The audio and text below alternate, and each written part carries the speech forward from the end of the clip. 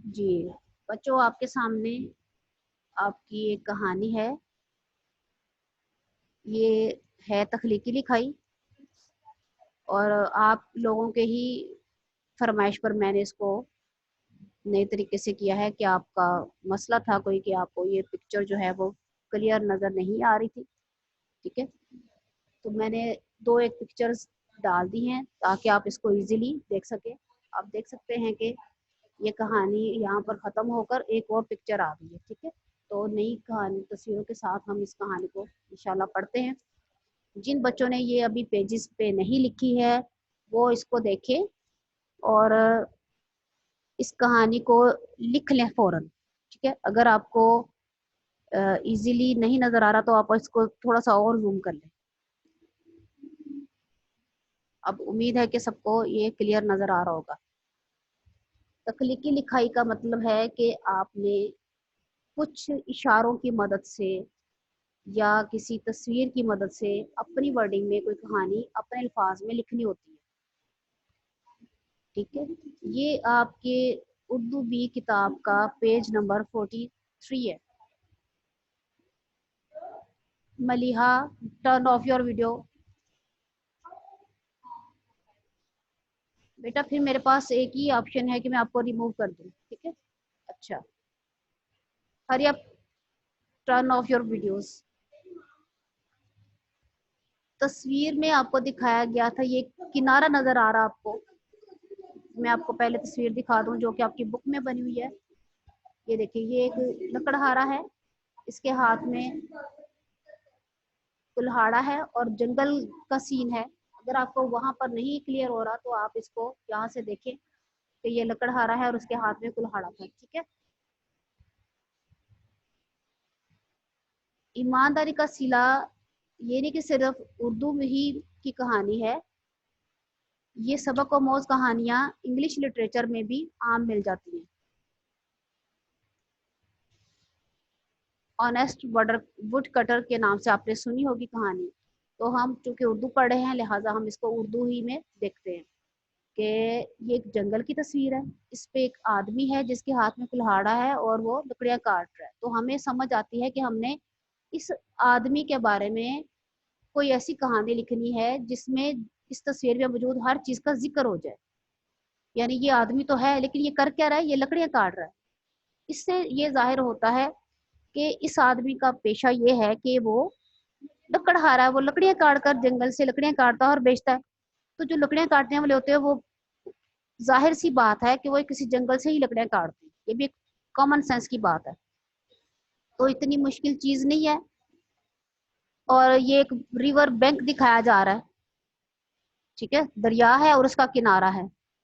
अगर आपको यहाँ इस बुक वाली पिक्चर से नहीं शो हो रहा तो आप यहाँ पर देख सकते हैं, ये नीले रंग का पानी है और एक जंगल का सीन है। पीछे ये ग्रीन ग्रीन जो ग्रास है वो शो कर रही है कि ये मैदान है जहाँ घास उगी हुई है। ये लंबे लंबे स्टेम नजर आ रहे हैं, ये दरख्तों के तने हैं। इन सारी चीजों से हमें अंदाजा होता है कि हमने किसी जंगल का मंजर देखा है और उसके अंदर एक आदमी है जिसके हाथ में कुल्हाड़ा है।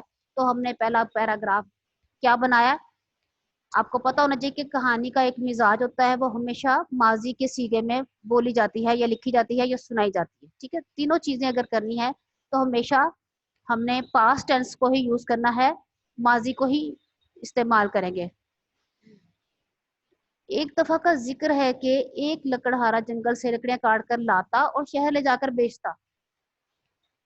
इस काम के एवज यानी इस तरह वो अपनी गुजर बसर करता, यानी अपना अपनी ये बच्चों का पेट पालता। मैं दो दो जुमले इसलिए बता रही हूँ कि जिस बच्चे को जो भी आसान लगता है वो उस कहानी को उस तरह या लिखे हुए को ही याद कर ले या फिर वो अपनी और तरह के कोई अपने अल्फाज इस्तेमाल करना चाहते हैं तो मैं उनको इजाजत देती हूँ कि वो अपनी स्किल को जरूर इस्तेमाल करें, अपनी वर्डिंग जरूर लेकर आए। और जिन बच्चों को लगता है कि टीचर ही ने सही लिखा हुआ है तो बेटा फिर आपको इसी तरह ही याद करना पड़ेगा इसमें, क्योंकि गलती है ही नहीं, कोई गलती का बिल्कुल अंदेशा नहीं है। मैं एक दफा फिर से आपको रिपीट कर देती हूँ इस पैराग्राफ को। तस्वीर का मंजर देखने से जो हमारा पैराग्राफ एक जहन में आता है वो कुछ इस तरह से आएगा एक दफा का जिक्र है कि एक लकड़हारा जंगल से लकड़ियां काट कर लाता और शहर ले जाकर बेचता। इस तरह वो अपनी गुजर बसर करता। एक दिन वो दरिया के किनारे लकड़ियां काट रहा था कि उसका कुल्हाड़ा दरिया में जा गिरा, जिस पर वो बहुत उदास हुआ।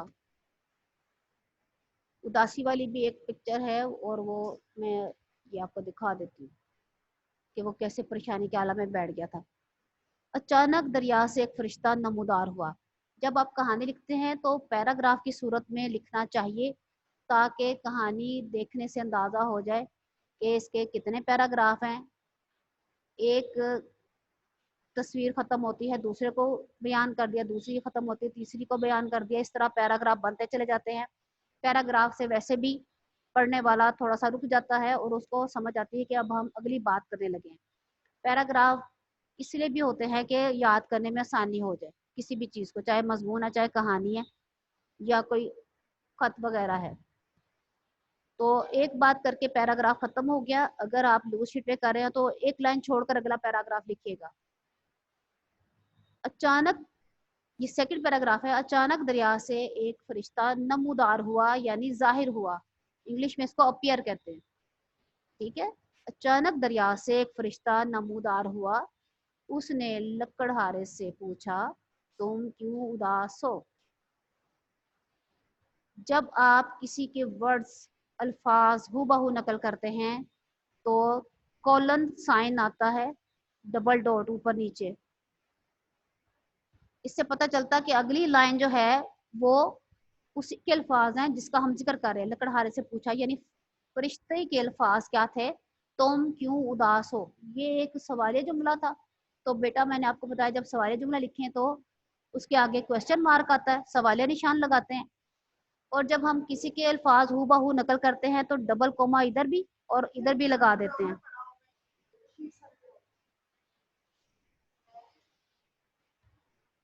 अब आपको शायद क्लियर हो जाए। तुम क्यों उदास हो फरिश्ते के अल्फाज हैं। लकड़हारे ने जवाब दिया कि जब हम के का लफ्ज लेके आते हैं फिर हमने इस जुमले को इनडायरेक्ट कर दिया। ठीक है।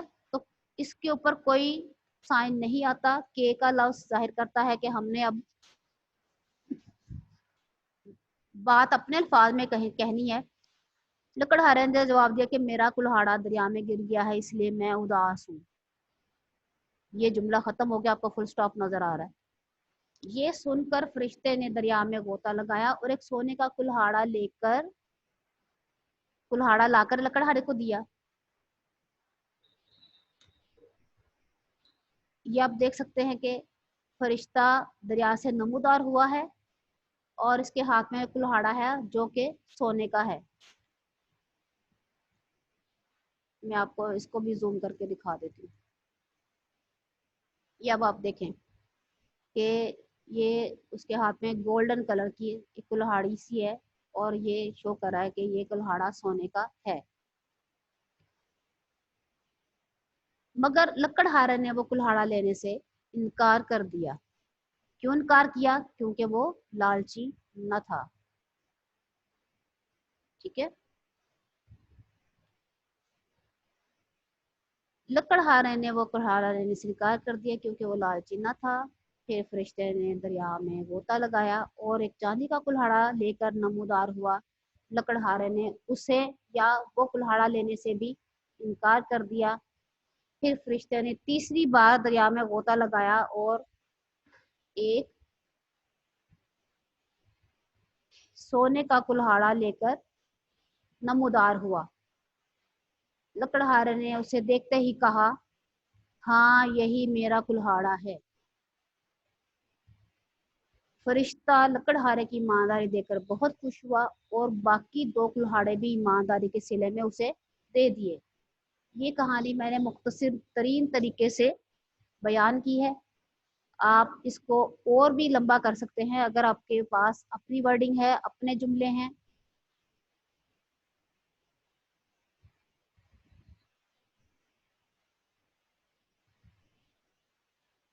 और आपको इस तस्वीर में तीनों कुल्हाड़े नजर आ रहे हैं, सिल्वर, आयरन और गोल्डन। ठीक है। जैसे कि मैंने पहले भी बताया था कि हर कहानी का कोई ना कोई नतीजा होता है, तो इस कहानी का नतीजा है ईमानदारी, बेहतरीन हिकमत अमली है। इस कहानी से आपको नंबर एक ये चीजें, यानी कि नतीजा तो समझ आ गया कि ईमानदारी अपनानी चाहिए, ये तो सबक हो गया कहानी का, सबक आमोज कहानियां होती हैं। इसके साथ साथ आपको कहानी लिखने के कुछ उसूल सीखने हैं। नंबर एक उसूल मैंने आपको बताया है कि हमेशा पैराग्राफ जो है, कोई भी कहानी है वो हमेशा हमने माजी के सीगे में लिखनी है, यानी कि ये बात पुराने वक्तों में हो चुकी है या पिछले टाइम में, ये गुजरे हुए कल में हो चुकी है। बेटा मैं अभी आपसे सेशन क्वेश्चन लेती हूँ बेटे। Maliha, turn off your video.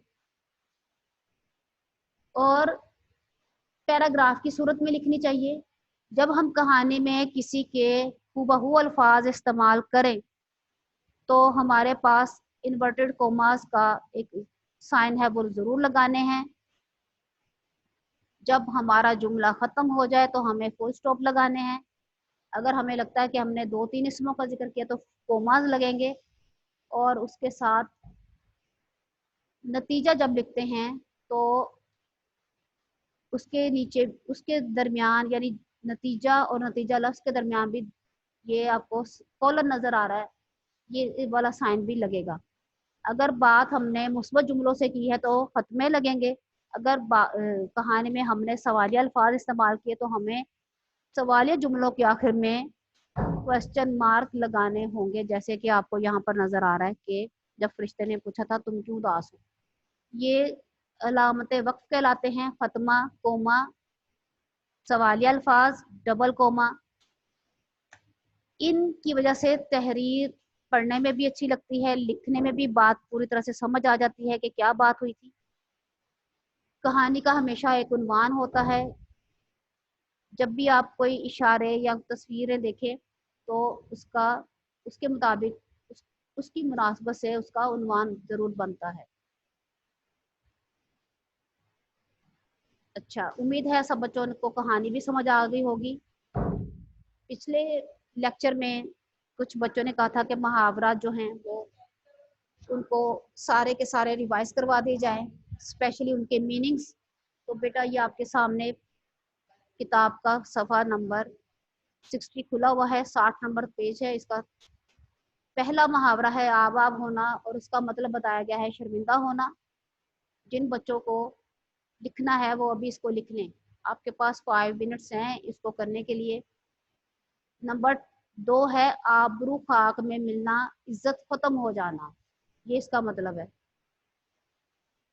Number 3 पे है आपे से बाहर होना, फौरन गुस्से में आ जाना। नंबर 4 अपना सा मुंह लेकर रह जाना, शर्मिंदा होना। शर्मिंदा किस सेंस में होना, एक तो आबाब होना शर्मिंदा होना, और एक शर्मिंदा होना है अपना सा मुंह लेकर रह जाना, यानी इस तरह शर्मिंदा होना कि जमाल के लतीफा सुनाने पर किसी को हंसी ना आई तो वो अपना सा मुंह लेकर रह गया। ठीक है। और इसकी एक और सेंस है कि आपने किसी को डराने की कोशिश की मजाक में या शरारत में और उस पर कोई असर ना हुआ तो फिर आप अपना समूह लेकर रह गए। और नंबर 2 शरारत जो है वो ये है कि आप किसी को डांट पड़वाना चाहते हैं और झूठ मूठ उसकी शिकायत लगाते हैं, तो जो बड़ा है, कोई दादा अबू है, कोई वालदैन है, तो वो उस बच्चे को नहीं डांटते, तब भी हम ये कह सकते हैं कि वो अपना समूह लेकर रह गया। मैं तीनों की मिसालें आपको जुमले से समझाने की कोशिश करती हूँ। पहली मिसाल तो आपने देख ली है, जमाल के लतीफ़ा सुनाने पर किसी को हंसी ना आई तो वो अपना समूह लेकर रह गया। मैंने अपने छोटे भाई की शिकायत दादाबू से लगाई तो उन्होंने उसको कुछ भी नहीं कहा, तो फिर मैं अपना समूह लेकर रह गया। मैंने अपनी बहन को डराने के लिए जोर से हाउ की आवाज निकाली मगर वो बिल्कुल ना डरी, तो मैं अपना समूह लेकर रह गई। ठीक है, ये 3 मिसालें आपको अपना समूह लेकर रह जाने के बारे में, जो शर्मिंदगी है उसकी मैंने आपको समझाई है। ये आब आब होना ये सख्त शर्मिंदगी का बायस है, जब आप कोई ऐसा काम करते हो जो जुर्म कहलाता है।